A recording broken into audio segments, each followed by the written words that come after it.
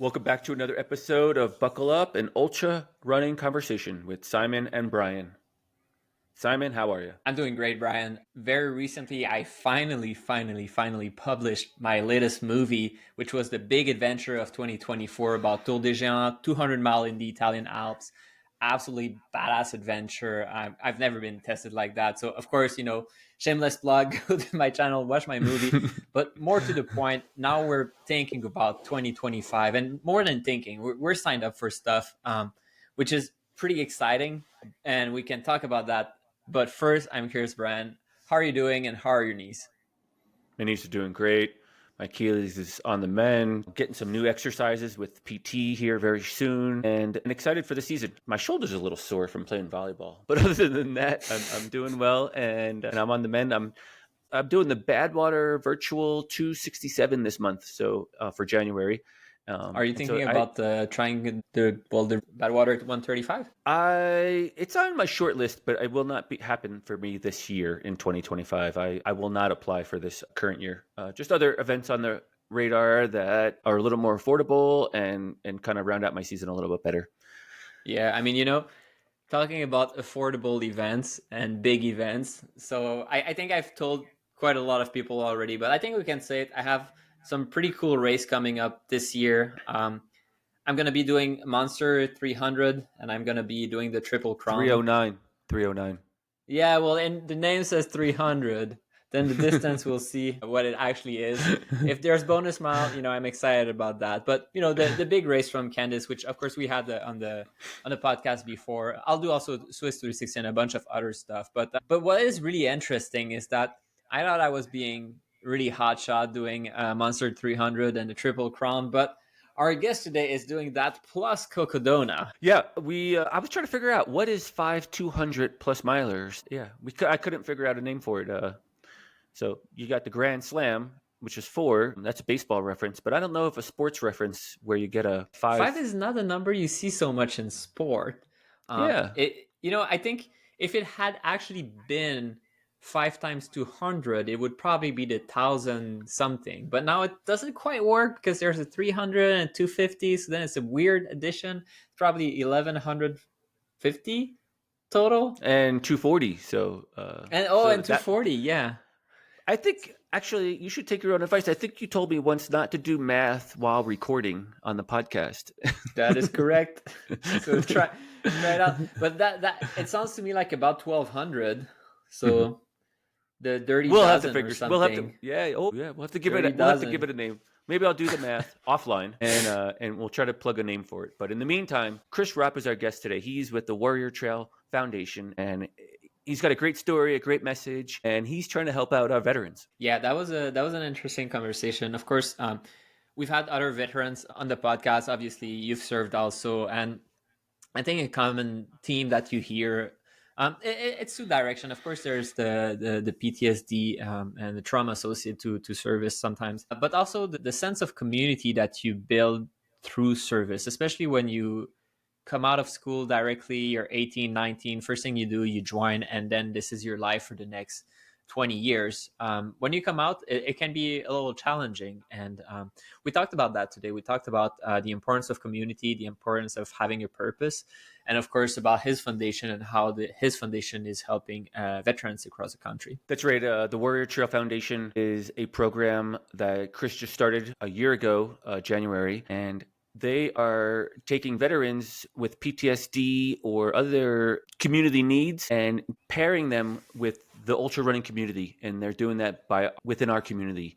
They're doing it with ultra running coaching, some other services, and really trying to get them bought into our community as it's really giving. Our community is really giving. It's open-ended. We love all participants. My crew will help out your crew and you as a racer and all those things. And so I think Chris is trying to send the message that there's a great connection here, and the veteran community can really benefit from the ultra trail community. Yeah, exactly. I mean, the trail community is very welcoming, and there's people of all walks of life, and we're there for each other. We're at different stages in our journey. Typically, I think we're at the vast majority, at least, there's always bad apples, but the vast majority will try and celebrate each other's achievement. There's nothing easy about running an ultra marathon, and sure, Jeff Browning can run faster 100 mile than I can, but I'm sure that if he would see me on the trail, he would say, "Good job, Simon. Nice mustache," which is great. That's what we do. We're here for each other, and of course, it's not going to be as intensive as the experience that you have serving, but it goes in that direction. And the fact that we're so welcoming, and there's a lot of veterans actually in the trail running community, I think it's just a good environment to find that purpose again and find that community again. That's right. Chris shares with us some of the struggles and the needs of the Warrior Trail Foundation itself, where you can help out and donate and offer services. Every little bit helps, and it is warriortrail.org is the website. I'll put it in the show notes as well in case you forget it. But yeah, I hope you enjoy the episode with Chris and the Warrior Trail Foundation. Thanks for listening.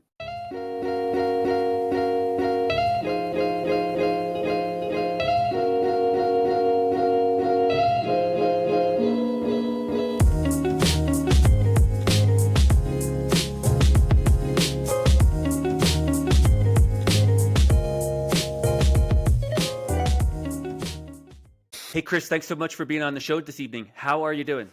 I'm doing fantastic. Thank you. Yeah, thanks for being here. I really want to dive into all the things that you got your hands into these days. But normally, and first things first, is we start with how you found yourself into this ultra running community. What brought you here? Were you an athlete as a child? What's your story? How'd you get here? Wow.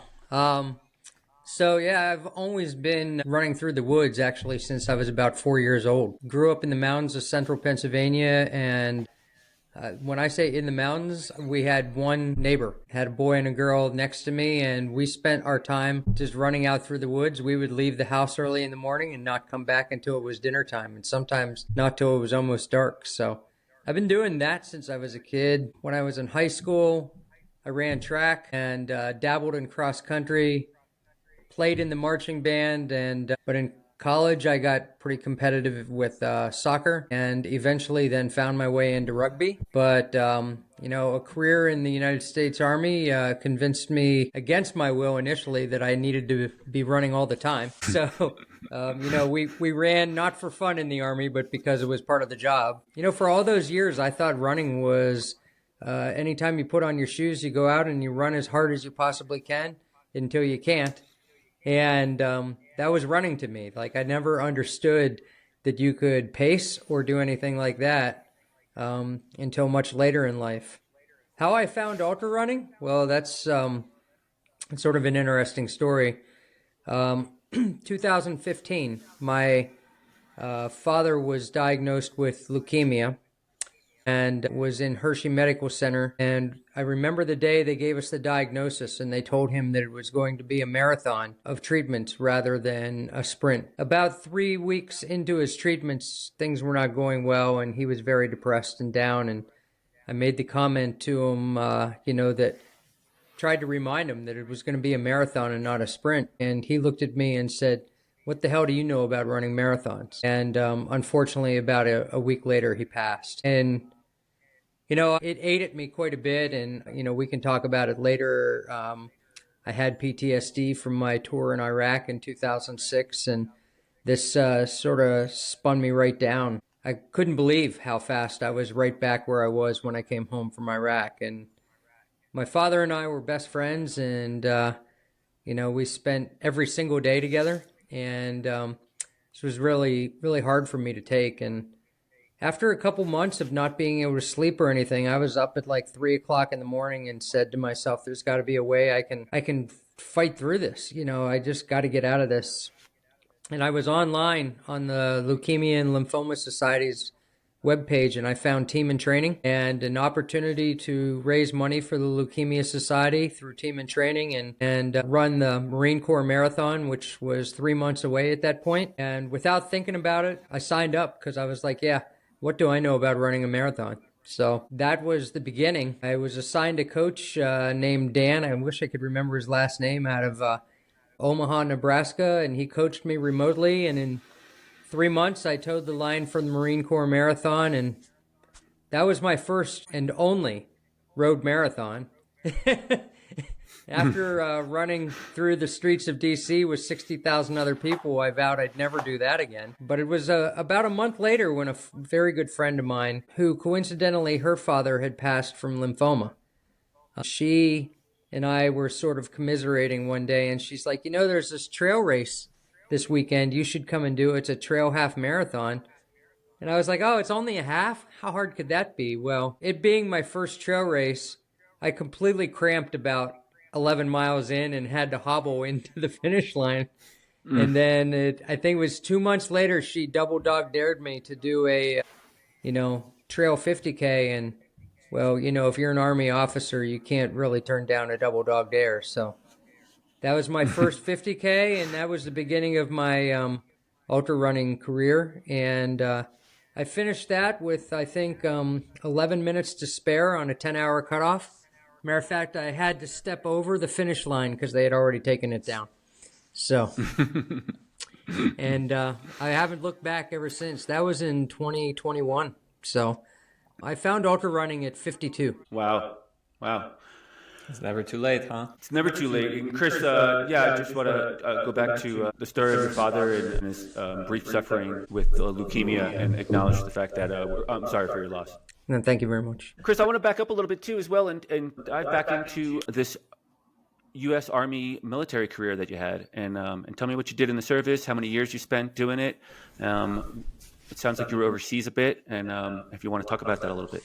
Sure. So I went into the Army as a sophomore in college. Army ROTC initially, and then right away went to basic training and advanced individual training. Earned some money for college. Went through the officer training program through ROTC and was commissioned as a reserve officer.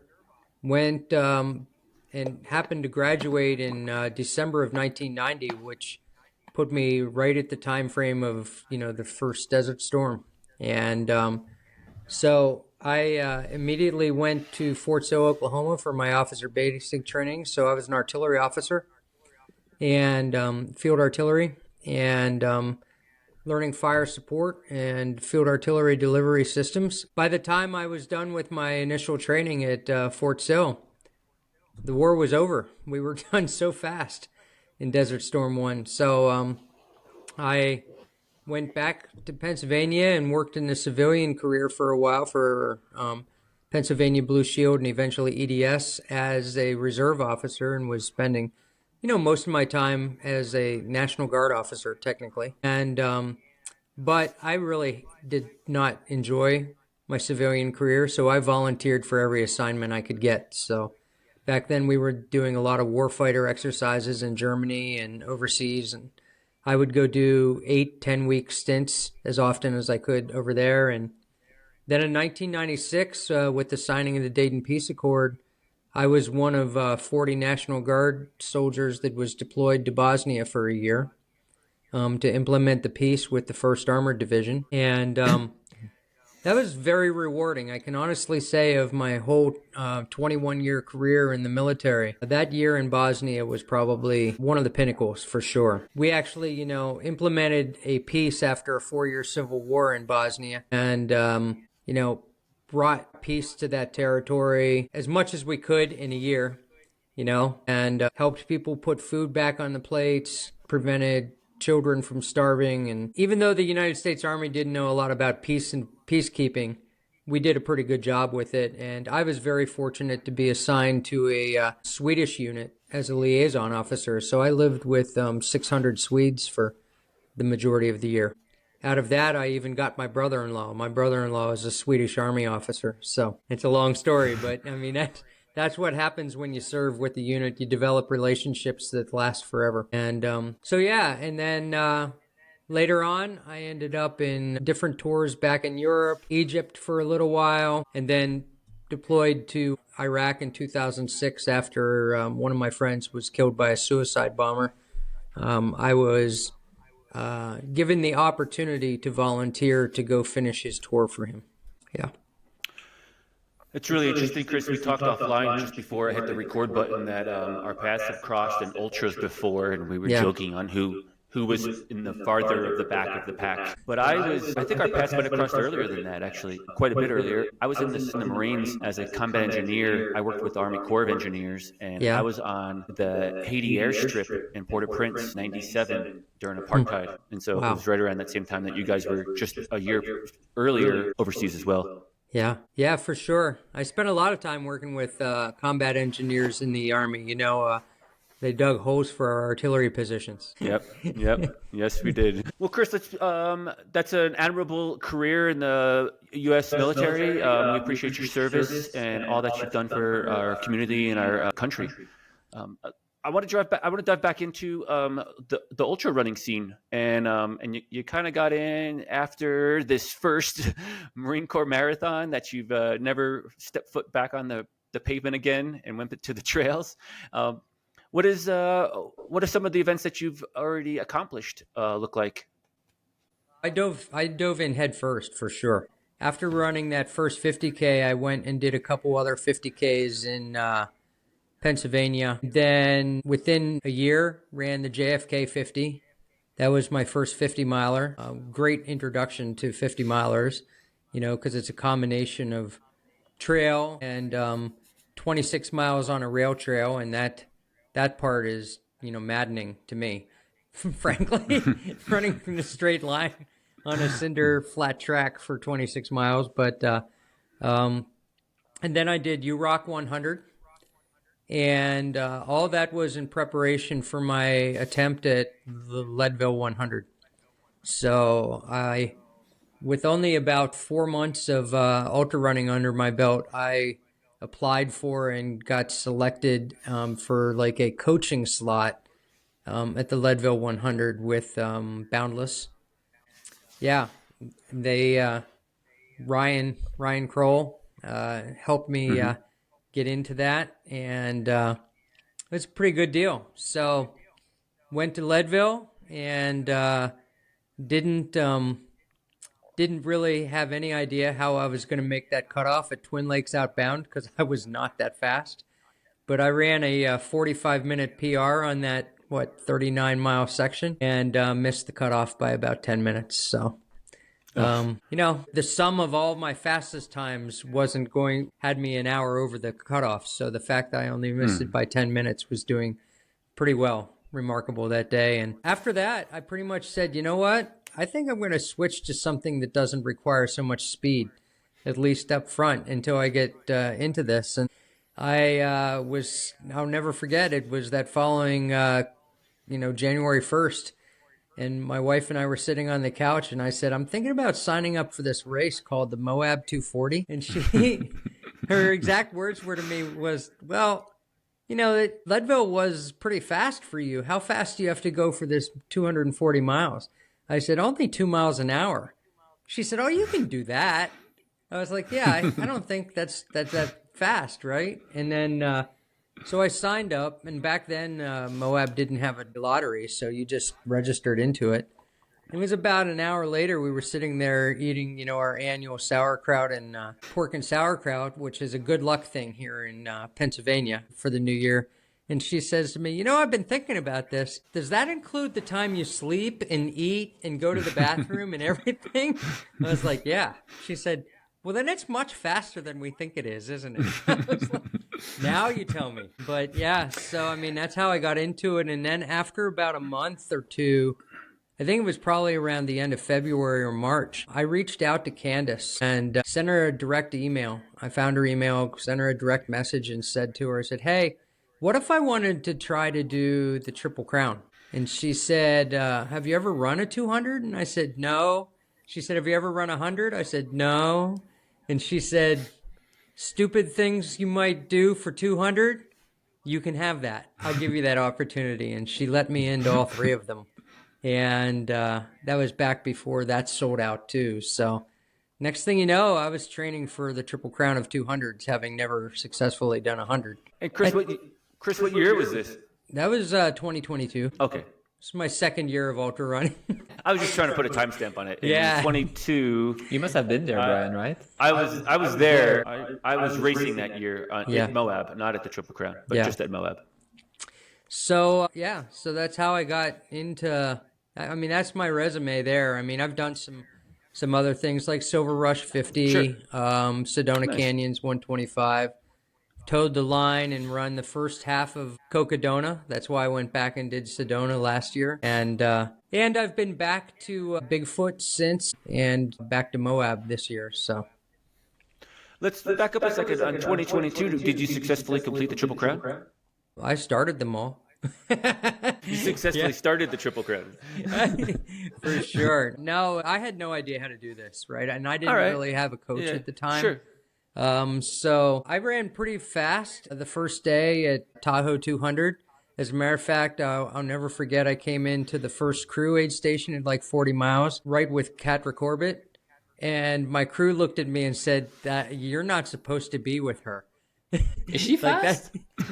I don't think she's fast. She's just I don't think rock she's that steady. fast. She's just rock steady. She's consistent. Yeah, She's consistent, exactly. But certainly, which is what you need, based right? on her experience, like we didn't feel like I had any business being that close with her at that point.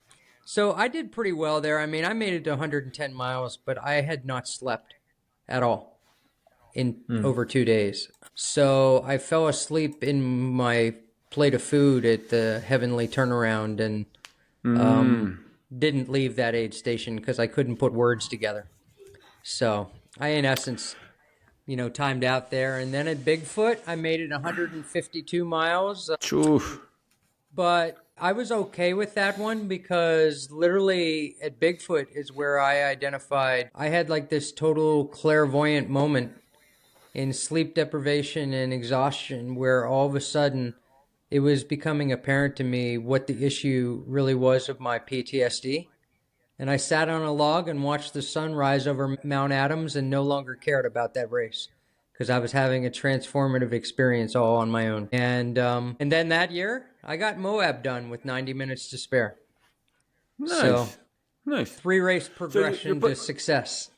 Yeah. Well, what I'm hearing, Chris, is that you're putting it together. You struggled with some really hard races like Leadville, and Leadville's not hard by any means, but it's just fast, right? It's You got to fast. run. No. You I got think to it's run a lot of misleadingly it. fast. Yeah, it's misleadingly fast for sure. Yeah. And you struggled, like we had talked about earlier already. You struggled at the cusp of cutoff and/or the back of the pack. What do you have on your plate for this coming season, and what changes have you made to get to those finish lines? I should say last year I went back and, or 2023, I went back and got Bigfoot done. I haven't gone back to Tahoe. Still hoping that Candace announces Tahoe as a full loop this year rather than an out and back experience. Probably not, but holding out hope. We're all It hopeful. would be nice. We're all hopeful. So yeah, I mean, what do I have this year? So this year's a little bit of a big year. Actually heading to Bandera this weekend for the 100K, which I just saw they lost the permit in the state park and got moved to another venue 4 days out. So that ought to be interesting. And then see here. Next on the docket would be Arizona Monster 300. 309. Don't discredit that 9 Thank extra you. miles. Thanks for clarifying. Actually, Chris will be there. Both Simon and I will be there. Simon will be towing the line with you, and I will be wearing a volunteer T-shirt. Awesome. At the starting line. So I'm doing that. Then a month later, I'm doing Cocodona. That is our big fundraising project for the spring is Cocodona. So I'm running that. Basically, I'm running all of these races as fundraisers for our foundation, but Cocodona is one we're putting a pretty big media effort behind, and Drew Darby is supposed to be coming and filming that, document that for the foundation as well. So Sweet. then Triple Crown of 200s after that. Jeez, so you'll be doing I don't even know what a 5 Pete 200 is. What are we naming this? I don't know. It's it's the Grand Slam Plus. I don't know. It's 1,400 miles of racing. That's what it is. Yeah.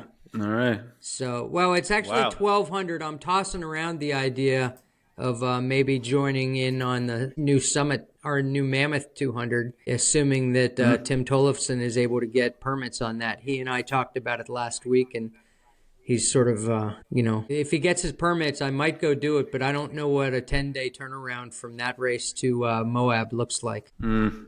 Yeah.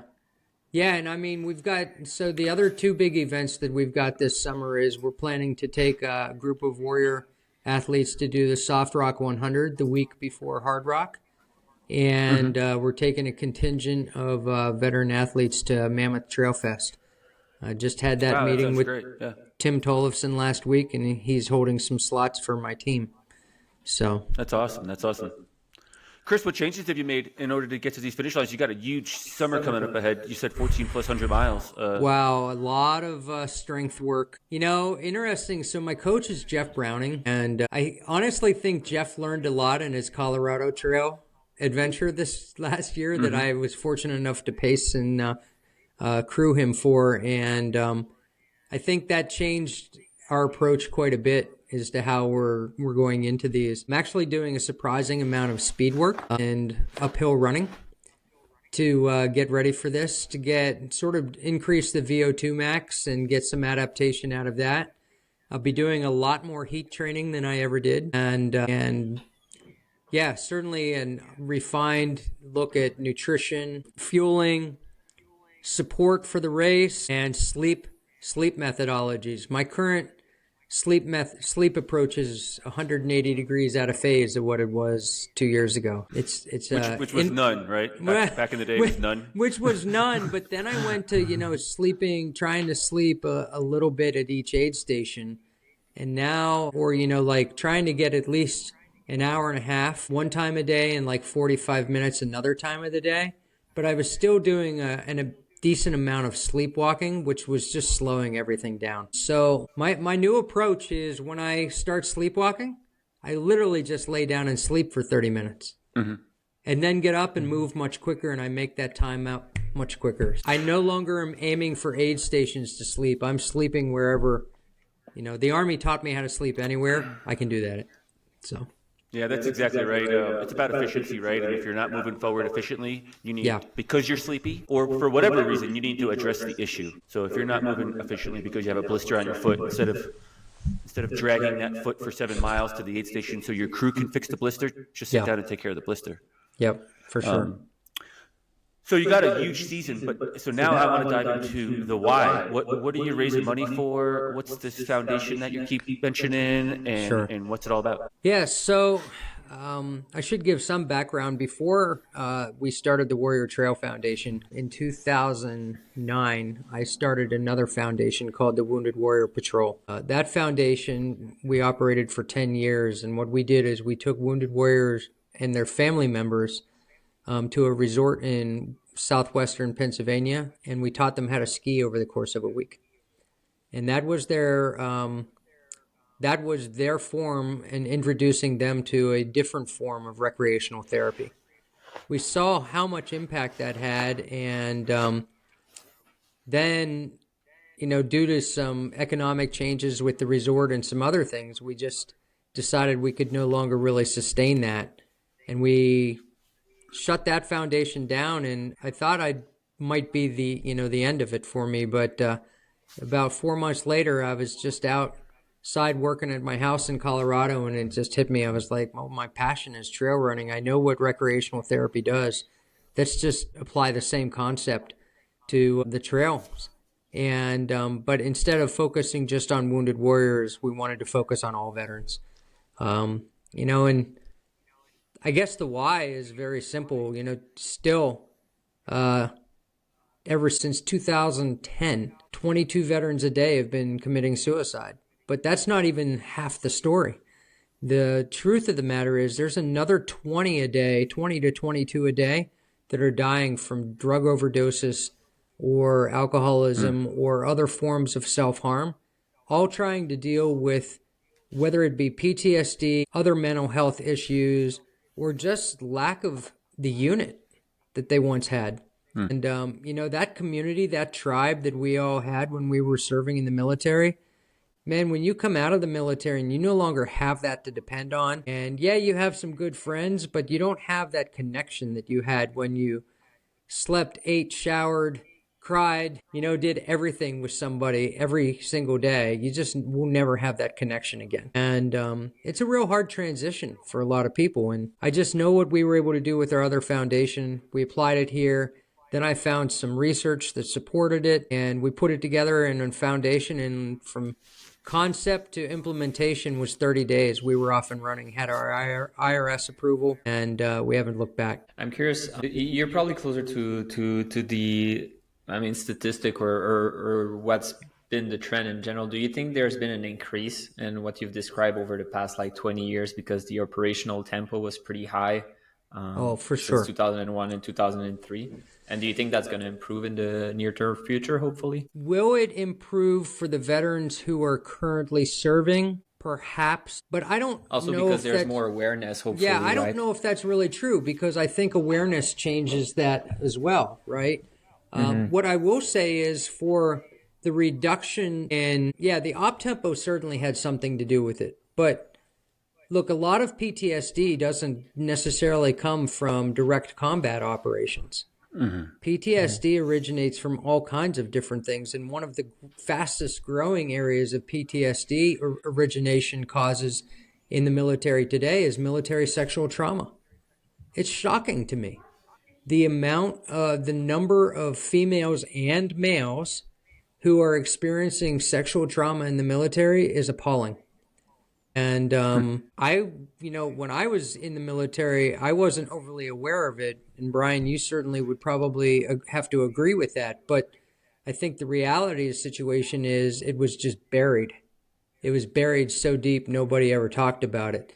And today, those things come out. And I think the biggest thing is the people experiencing that trauma feel like they have a conduit to be open about it today. Because we are becoming more aware and more open in dealing with trauma in general, and certainly more open and more aware of mental health, right? I mean, when I was in college, if you would have asked my college, all the students at my college, if any of them felt that they should be seeking mental health services, I bet you the percentage would have been less than 1%. And today, if you go to a college campus, that is probably approaching 20%. Now, has the situation gotten worse, or are we just more open to seeking mental health treatment today? And I think the former is the more accurate statement. And I think what you're going to see, if anything, I don't actually think it's going to go down. I think it's going to go up. So, Chris, what's the nuts and bolts of the foundation? What services are you providing? What does it look like from the service member leaving their duty station, getting out of the service, getting discharged, and how do they find you? What's that all about? Yeah, so right now, through podcasts like this and through articles that are written, Gandhi just did 2 articles on our foundation, one on me and one on the foundation, and a lot of other things through our social media presence. That's how we're getting the word out, for sure. They find us pretty much on their own, but we're hoping that the referrals are coming up, and they are. That's sort of an interesting thing. Like, we went to the running event and got a couple athletes out of the running event that are veterans that came to us. They basically apply. We prioritize through the application process who it seems we need to be focused on first. We unfortunately don't have enough funding right now to have all of our applicants in coaching, but basically the nuts and bolts of it is that we we assign them a coach. So that's a running coach who sits with them, obviously, and walks through, their goals and their nutrition, their training plan and everything, just like a traditional running coach. But I think one of the things we focus a lot on is coaching the total athlete. So we're obviously concerned about their mental health. We don't have retainers with any mental health providers because that is a really messy subject. Mental health practitioners are licensed at the state level. So you need to have somebody in your local state or in the state that you're in currently, not even where you live. But if you're currently in Arizona training for 6 weeks, you need a mental health practitioner in Arizona. And that's a problem that needs to be changed in this country. But that's a whole different subject we can go down.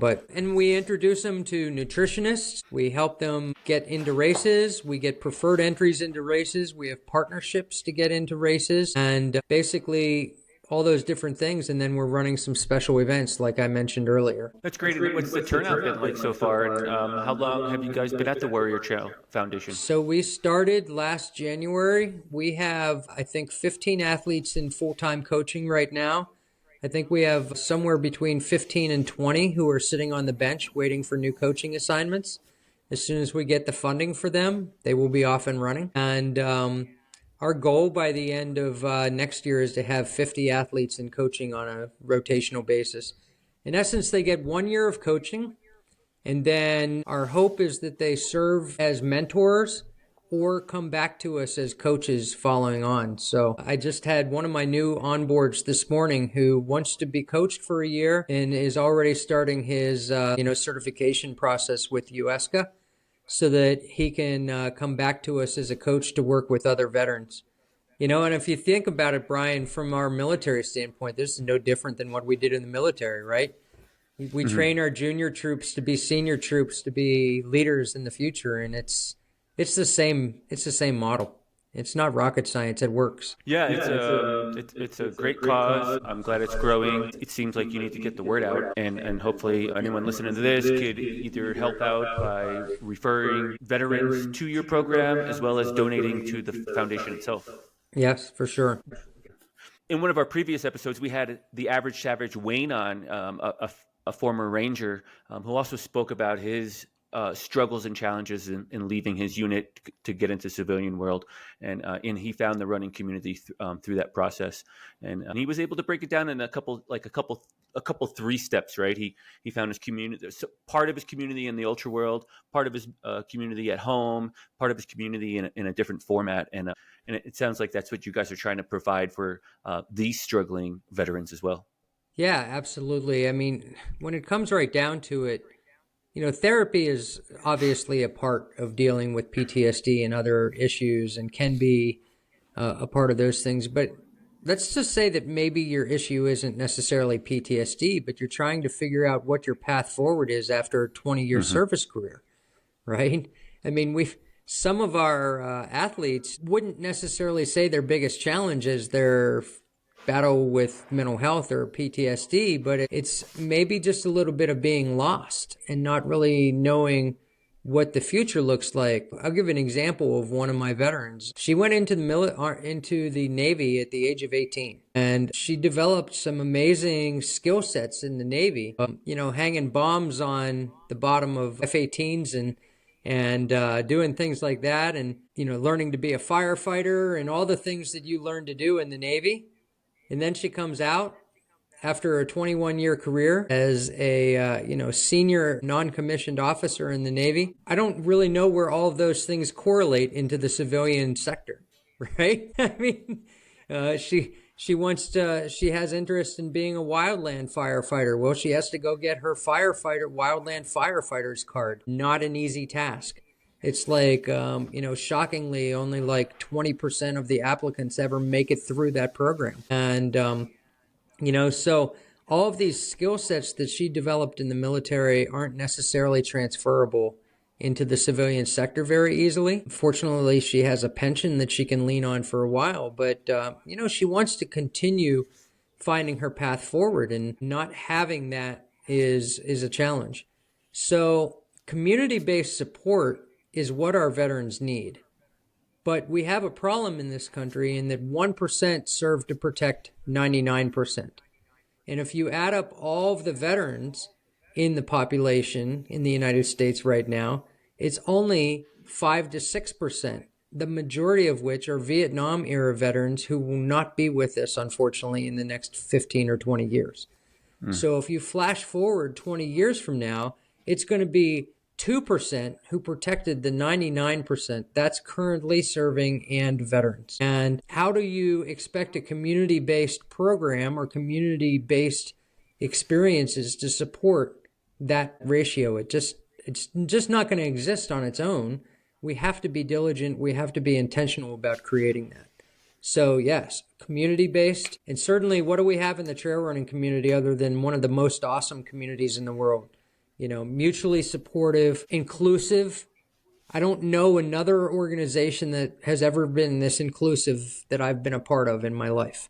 We don't put labels on anybody. We think everybody has the ability to come out and explore the trail with us. And we encourage them all to do so. And, if Simon was running past me on the way to finishing first at a race and saw that I was in need of help, he would stop and help me at the risk of... I don't know. Yeah, Simon. you don't know.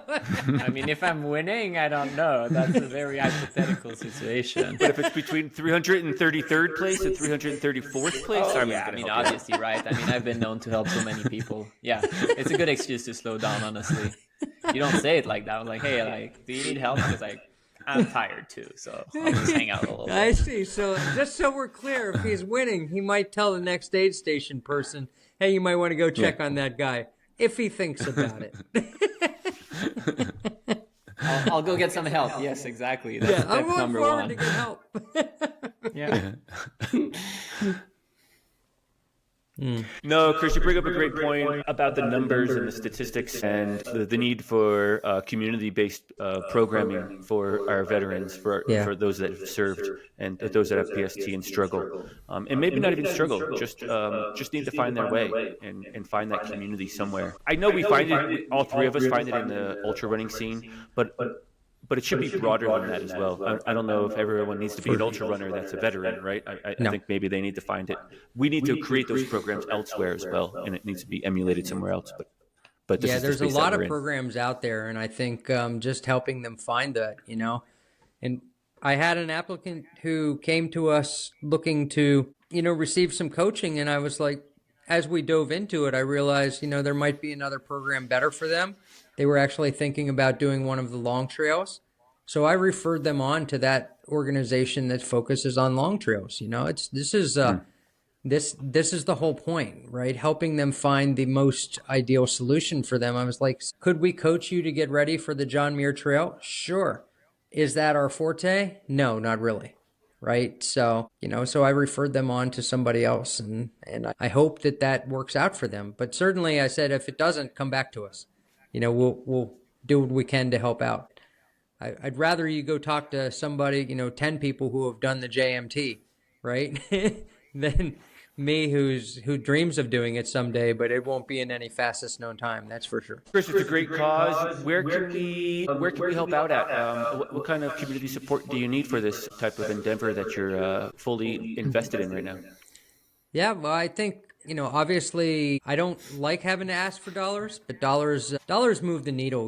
We went to the running event. We had an amazing response from the vendors at the running event. Almost every single vendor that we talked to, industry partner that we talked to there, is absolutely excited about offering us product, a lot of free product for our athletes. And, Ultraspire is bringing packs to the table, and, just as an example, and Injinji is helping us out with socks and all these other things. I run for both those teams, and they've been fantastic to work with. And Redmond Relight has helped us fund the documentary that we did. Jeff Browning did the Colorado Trail to raise funds for our event. And, so we've had an amazing response. But one of the things I told all of those industry partners as we went deeper into it is, your product is spectacular. We absolutely want to partner with you, but we can't coach our athletes based on product, right? We unfortunately we actually need to pay for coaching, and we want to pay for coaching. One of the other side benefits out of this whole organizational event is we want to further legitimize the ultra running coaching career option. I don't think it should have to be a side job for people to survive on, at $50 a month. It should be a legitimate coaching program, just like your fitness coach at your local gym.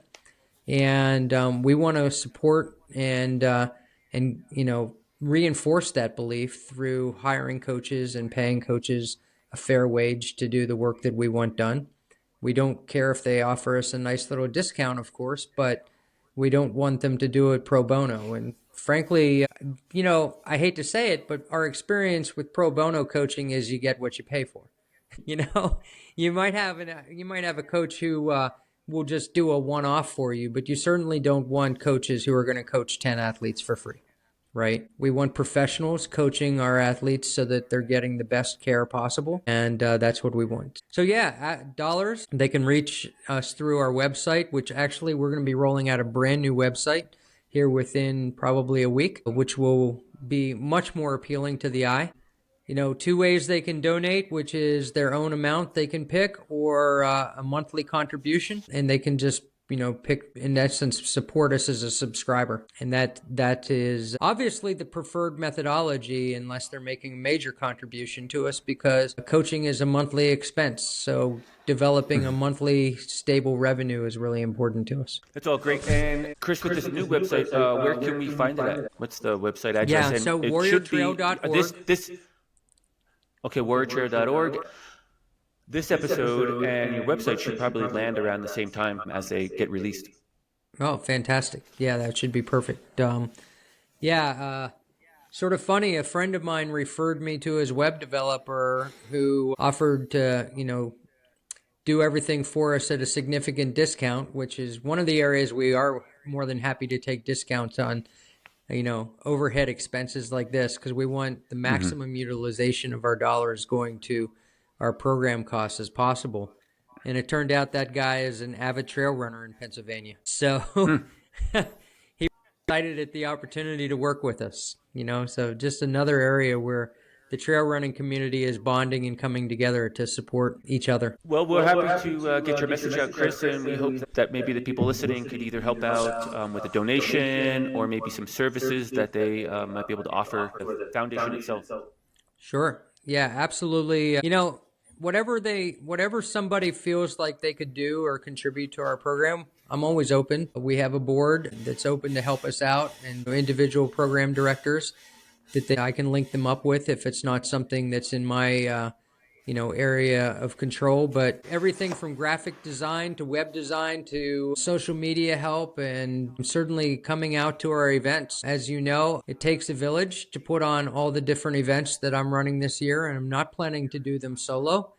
I'm actually hoping to get a number of veterans out to help support my efforts in fundraising this year, and because that just further builds our community. Yeah, and that puts them right in that camaraderie that they've been longing for since leaving the service. And so that's a great message as well. Our community is super strong, ultra running community. If you can't race this weekend, you could go to the race and volunteer. You could jump on with a crew. You could pay Simon, any of those things. Awesome. Yeah, I want to pay Simon so I can, try to drop him. Yeah, sure. Let's run together at least at Munster. Why not? 300 miles. We got to go 127 miles before we get to see a familiar face. That's crazy. That's true. I might do it solo anyway, but yeah.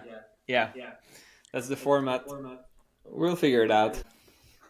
It's just a puzzle, right? I mean, that's all it is. That's the beautiful thing about trail running. Today I was listening to the podcast with David Roche and what's his name? Rich Roll. Rich Roll? Yeah. And I was like, well, that's an amazing episode, right? Because I sat there and made a list of all the different things that they talked about. And I was like, okay, so just in this one podcast, there's like 14 variables that one could try to tweak. And, but David towards the end sort of summed it up and said, the biggest one that moves the needle is running faster. There's a shock. I would say it's running slower, but we're different, I guess. That's the best tip is to run slower. There's honestly no better tip than that other than doing a run-walk cycle. Yeah. As soon as you let go of the ego and you do that, you can go really, really far. No, I agree with you. As a matter of fact, I mean, I should say I am a certified running coach and a certified leadership and performance coach, and I've stepped in to coach a number of our athletes to help bootstrap the organization. I'm the one person doing it for free, but it's my foundation, so I feel okay about that. But one of the athletes I brought on board today, we just did his onboarding today. He's doing Bigfoot this year with us. He ran Bigfoot last year, and I said to him, I said, what change do you want to make? And we talked about it, and we both agreed that really the most significant change is not necessarily running it faster, but running it better. It's not necessarily, trying to take 4 hours off the time, but maybe being in much better shape when we cross the finish line because we were able to sleep more, eat better, be better trained, and all those other things so that we maybe didn't get into those hallucinations and, 6 weeks of recovery and everything else, inflammatory response and all those other things that affected us before we got good at doing it. That's great. And he'll be participating with you, it sounds like, because you'll be there as well. Yeah, for sure. Chris, we appreciate your time. We appreciate your message. Thanks so much for coming on the show this evening, taking some time out of your evening to chat with us and let us know all about the foundation. Yeah, I absolutely cannot thank you two enough for the opportunity. And, truly I'm humbled at the opportunity to sit with you and share our message and to have the whole running community rally behind us like they have this year. It's been a phenomenal response. We've raised a significant amount of dollars through different efforts. We obviously can always use more, but just the fact that we've made this amount of progress in 1 year, we've made what took us 5 or 6 years in our other foundation, we've done in 7 months with this community.